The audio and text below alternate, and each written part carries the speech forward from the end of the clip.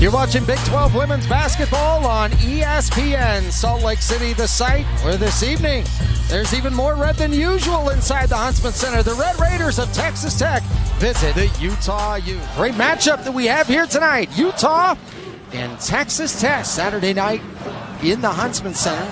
This Big 12 basketball continues throughout the conference season. We are underway. It's Utah with the first possession. It's Brooke Walker. Walker joined Snead in the starting lineup the other night. Tonight, it's Brooke Walker at the point guard position on her own. Maupin driving to the base, goes outside. A three on the way from Núñez is no good. As Gemma Núñez hit a three at BYU. It was her first since December 14th. That's starting five here for Utah. Well, Utah's starting five has lost 8 games to injuries.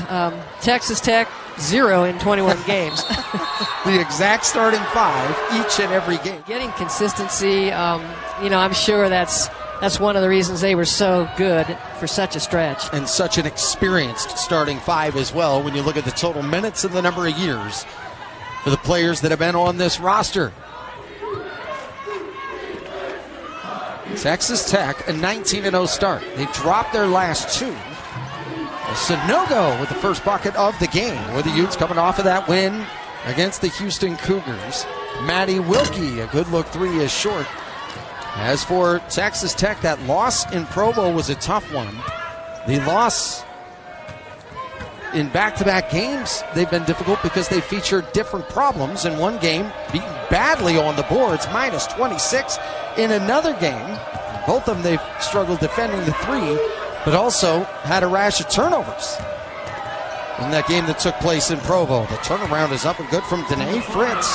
Utah has had some outstanding victories so far this year. One where they shot lights out against Northwestern. Maddie Wilkie floats it off the rim, no good. Another victory that they had in this building against TCU. Nice interception from Brooke Walker. Take it right at Fritz, and Fritz returns the favor with that block. It is going to be one of the things you're going to have to watch. The block shot capabilities of Texas Tech are great, and you've already seen that. Lonnie White has hit 27 of her last 29, now 28 out of 30. Didn't want to jinx her there after going 4 for 6 in Houston after what was a 2 for 12 stretch. Lonnie White also quietly second in total rebounds. Extra move there, Snudda Collins, beautifully done. And Collins, we'll see if Utah, having to handle her one-on-one, can take some of those things that she prefers a little bit away. Maupin, no good on the runner. Utah an 0 for 7 start from the field. Lonnie White puts an end to that and cuts the deficit to 6-4. Well, it's great to stay aggressive. You do have to understand their skill at blocking shot. Maupin the pull-up. Emphasize that Bailey is the heartbeat of this program, and in a world of transfers, she's one of the unique individuals that has stayed on one team for all 4 years. Bailey looks to continue to prove that a small-town West Texas girl can make it as she bleeds scarlet and black. Absolutely, Sammy, and her parents are Texas Tech alum. And Coach, there's nothing like it when the place a player is playing is personal. I completely agree, and it certainly is going to get lost in the modern game of basketball. So, all 4 years that she's been at Texas Tech, she's averaged double figures, and her desire to be a Lady Raider and leave a legacy in one place is really refreshing to an old coach like me. L.A. Snead around the auto screen. Just entered the game. Same story with Grace Foster. Jelmstead had a great performance at Houston. Misfires in Utah now with a 1 for 9 start. In the corner, the three is up and it's good. Snudda Collins, who had the most points ever in an Ole Miss player's debut. Certainly showing that they should be one of the ones to really compete for the championship. They lose those 2 games in a row to one of the teams that was not in competition at that point in time for the championship. So this is a check time for them, and Utah is going to have to match that kind of need and desire to be out here and get the win. Coach Gerlich said they were embarrassed by their rebounding effort in that loss, and then also they wanted to defend better in the game against BYU, and there's Snudda Collins now with 7 points. And for Coach Gerlich, you have to be pleased, not just to be up 12-4, but the defensive intensity has been exactly what you would want. Right. There's been no flow to Utah's offense, and their ability to finish at the rim has basically been non-existent. Otto had a run to the rim, but too strong. And a foul away from the ball. It'll be against the Utes. 6-0 run here for Texas Tech. What a great start for Collins. They have to understand that she wants to go left. It's really up to a defender in a one-on-one situation to try to make her do the things that aren't her best game, just like Texas Tech is doing to the Utes on the other end. Collins going at Wilkie. Gets to the paint, floats it over, and she's fouled. She'll go to the free throw line. Get a flow going, and what you don't need is this. Maybe a questionable easy. Why don't you now go to the free throw line for 2 easy ones? So she's the one that just plays to what works for her, and it obviously works. She likes the left a little more than I thought she did. Even on the free throw line, there's a little fade there. What an errant pass and an odd start for Utah in the beginning of this game. 14-4, Texas Tech. The team wanting to straighten some things out. Here's a throw across the river. Collins a three. That's good. And Snudda Collins, whose real name is Salentiana, will not be silenced here tonight. Utah 1 for 11 to start this game. And Reese Ross with a strong move. Because you have a kid trying to play over you through you, but she's not a defensive player between her and the basket. She sort of follows them down the lane. These players are all known for their basketball careers, but they also excel at other sports. Some of them volleyball, maybe softball. For Reese Ross, it was bowling. Scramble and a loose ball on the ground. Utah has it. Hoping for a solid push at the end of this first quarter, which has been a strange one. Maupin, great hands defensively. Ross tries to go inside to Evans. Nice recovery by Sonogo. Get some looks that they have prepared to get with actual plays. You know, maybe that can help a little bit. White deep inside to Ross. She's bumped and fouled. She did a nice job with that hold tucked inside. It's a good call by the officials.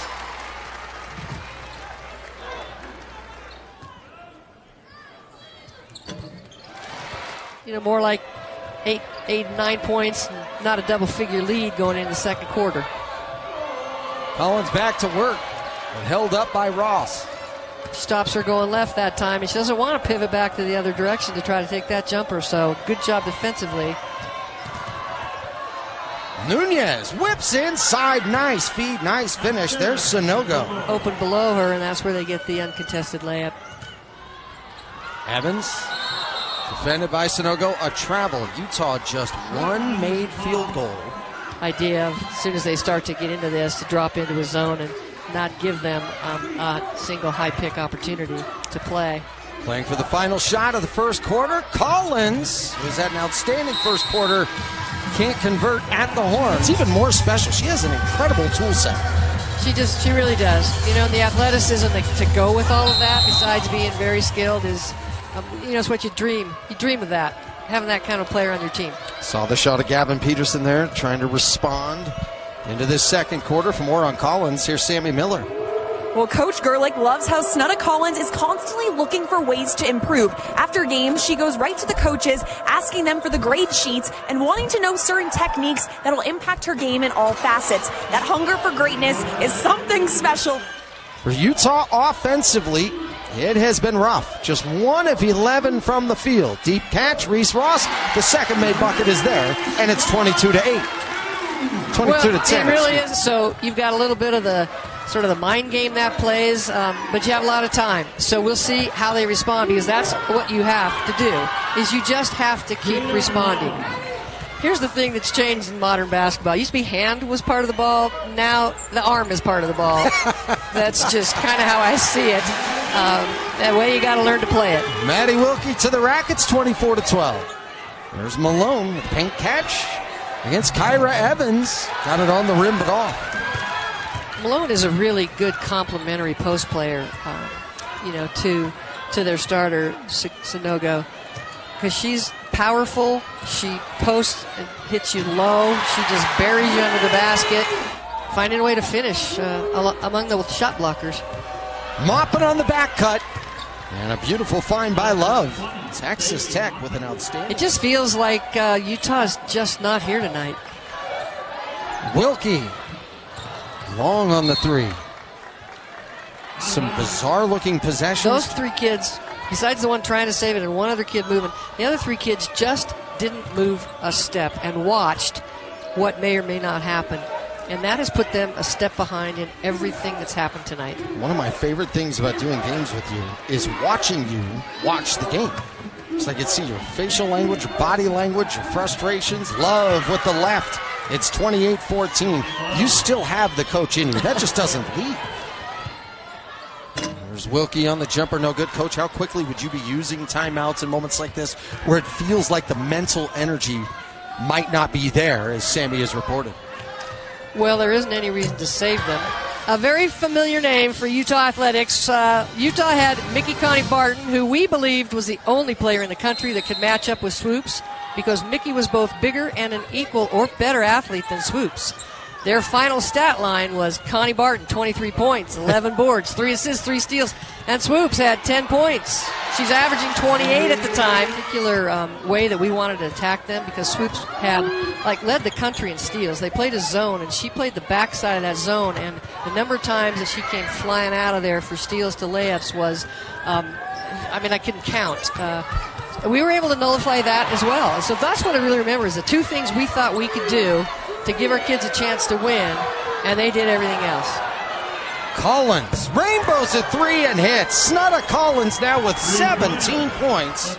Well, Tech comes in after a tough couple games, and just they're up against it. And if they want to compete for a championship, they had to come in here with exactly this kind of a game.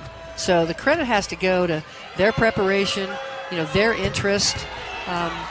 And just all of their execution.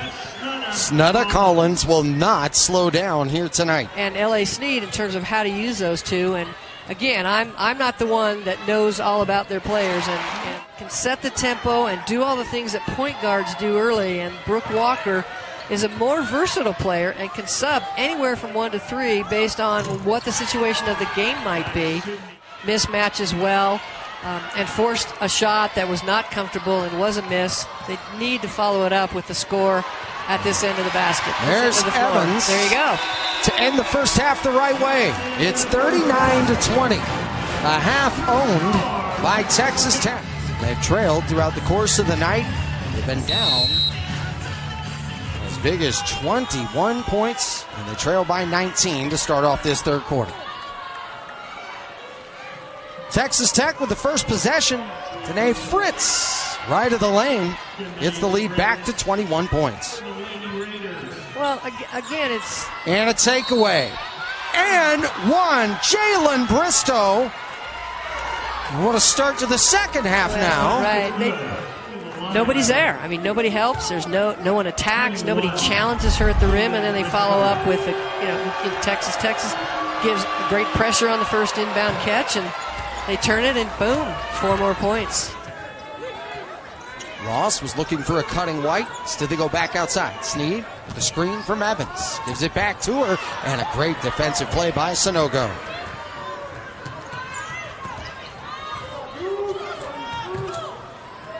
Maupin in rhythm 3. 7 for 9 from the outside. Texas Tech, they're up 27. Timeout, Utah. She's the best. Just a beacon of greatness. She is such a source of pride for Utah, and rightly so. Just off the national championship game, college football. What a thriller that was. Congratulations to the Indiana Hoosiers on what was a memorable season, but I can still remember so often seeing her throughout the NBA playoffs when I was working around that. Just a consummate professional, so well respected and for so many good reasons. Nobody works harder and does their homework more and shows such immense pride for the profession. As that floater's up and good from Maupin, and it's 49-20. She indeed is the best. You had a great conversation with her there at half, and she was all smiles. Great to see her here tonight. Kyra Evans working into the paint. Nothing's right from the start. So, even getting the opportunities they want and the ones that are open, they still haven't hit a three. It just seems to be all of it happening in one night. Kyra Evans had her struggles at the free throw line this year. There's two different schools of thought. As Malone with the catch in the paint, muscles off the glass and rim, a blocking foul on Sneed. It doesn't matter in women's basketball where she is. Right. That's a men's rule now, right. not a My women's apologies. rule. I'm all right. I'm in the middle of both seasons. Still get a charge. So it's just is one of those games, isn't it? Nothing helps. The lead is now 30 for Texas Tech. There's two schools of thought on reviewing this. As Jelmstead earns a trip to the line. I mean, it's really hard. Kids often are sort of, what do you mean I didn't play hard? And what do you mean I didn't, respond? For them to understand the difference between it's kind of what they bring on any given night and how that can even look. Malone coming up to set the screen for Love. Clock under 5. Love no good. Rebound Malone. But she said that when she's out there, it's all business. She never wants to lose and always brings her passion and unbelievable work ethic when she steps foot on the court, embracing that tiger on her arm. Well, thank you, Sammy. Great stuff indeed. Danae Fritz, who shot really well in the Big 12 tournament last year. Her mother, Carrie, ran track at Oklahoma State. And this Texas Tech team with a number of great weapons and a number of great stories, that's one of them. Their lead matching its biggest at 30 after the two free throws from Malone. Evelyn Otto from Sneed. Well, that's a 3 freshman possession right there. The only players that touched it were the 3 freshmen, and they did get a finish at the rim. It's been a unique thing with some youth on this team. They've blossomed at moments, and you're going to get a mixed bag sometimes when it comes to something like that. Sure. I mean, there's still just a lot to learn without a doubt. And when he talks with the enthusiasm about sort of some of the unexpected success of this season, and I think as well the addition of some additional support that's coming in for next season. He just he has a reason to feel good about that. And this season is not over, and the Utes have certainly and are capable of showing better than they are tonight. Handling that'll be their challenge. Nobody brings more energy and enthusiasm day to day than Gavin Peterson. You feel nobody's more excited to be there than he is. Malone. Exceedingly deep catches that she's getting against the freshman post defender Otto. Sneed and the foul. You know, she and Brooke, as far as how he can most use them and get the most from them. She loved this coaching staff right away, so their mindset really matches hers. Here goes Collins with 20 in that first half. She misses here. Jada Malone's been everywhere in the second half. And the bright future. I'm excited to see what she's going to be in February and March. Right. You have to convince them you don't want it to be you, and you want to be better and stronger than you are having let it happen to you. But it is not who you are in the season, and certainly even within this league. So we just got to see how they can come back from that. And this last quarter and 2 minutes is important for them. They need to show and feel. That they've got more in them. And honestly, I feel a little better even the last couple minutes. Yes, they still missed the shot at the end. But that's not the concern. The concern is what was happening well before that. All the bounces go in the way of Snudda Collins. Yeah, absolutely. She now has 23. She is 5 of 5 from the outside. Collins now has tied her career high at 23. This is her new season high. And we have a ways to go. Walker gets it back and scores it. That's a great layup. The conversations, and you have to have the understandings, and you have to have the kid who, who gets what your coaches are telling them in terms of how you help your team in the role that they're asking you to play. And again, she must have just been fine with that. And when they do, they don't help the team. So kudos to Collins.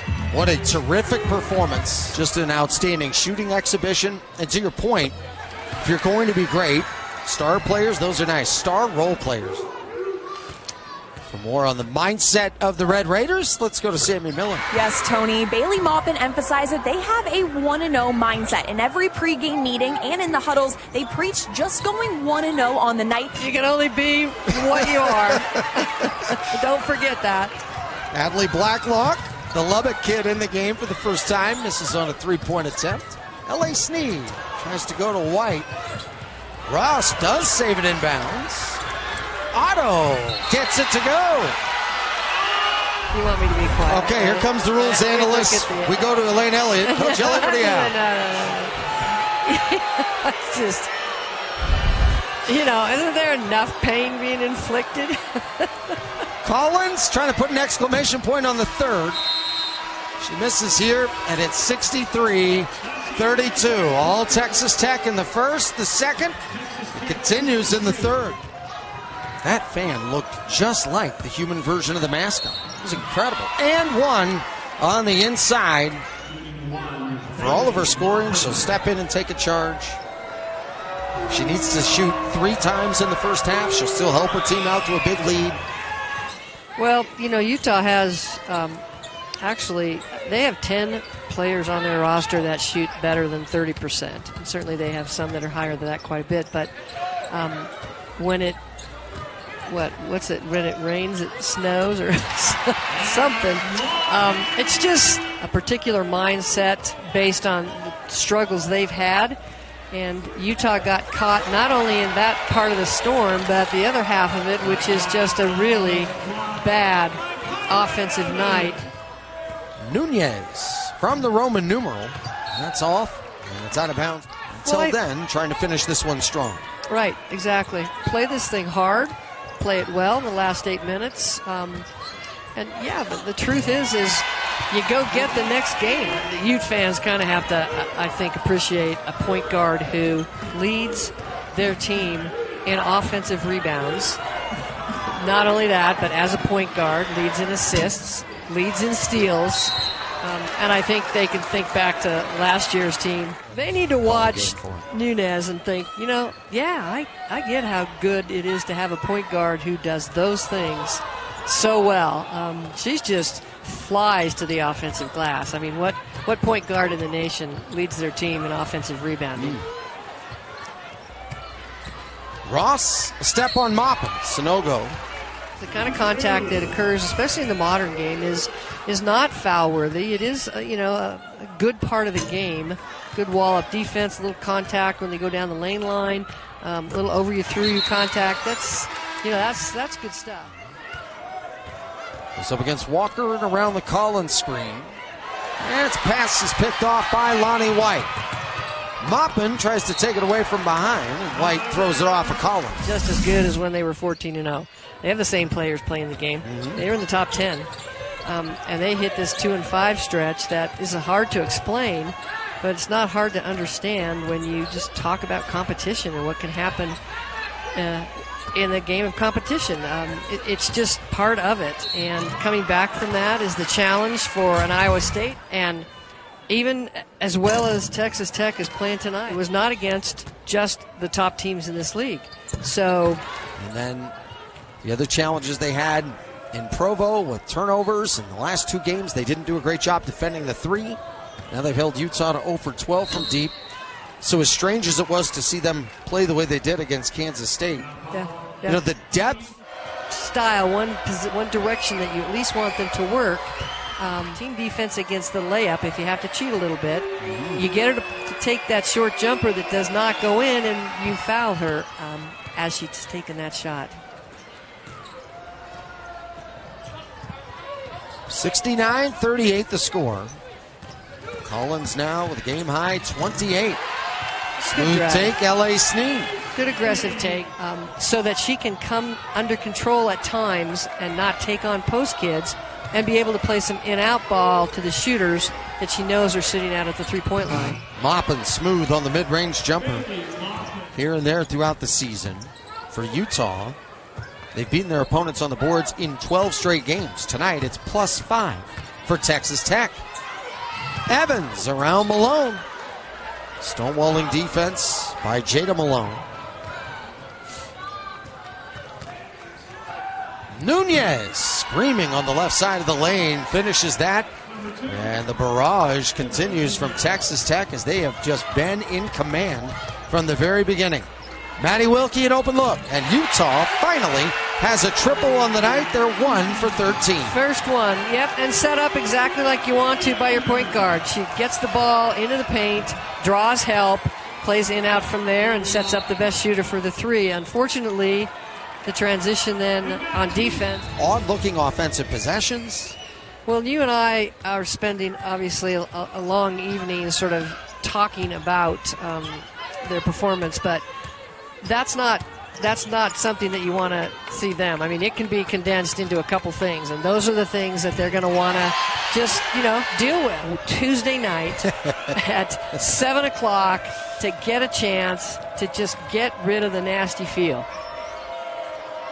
Maupin launches short. Rebound, Snudda. An easy putback layup. Yeah, I think it's also a similar comparison with what you see with Morgan Scally in Utah football.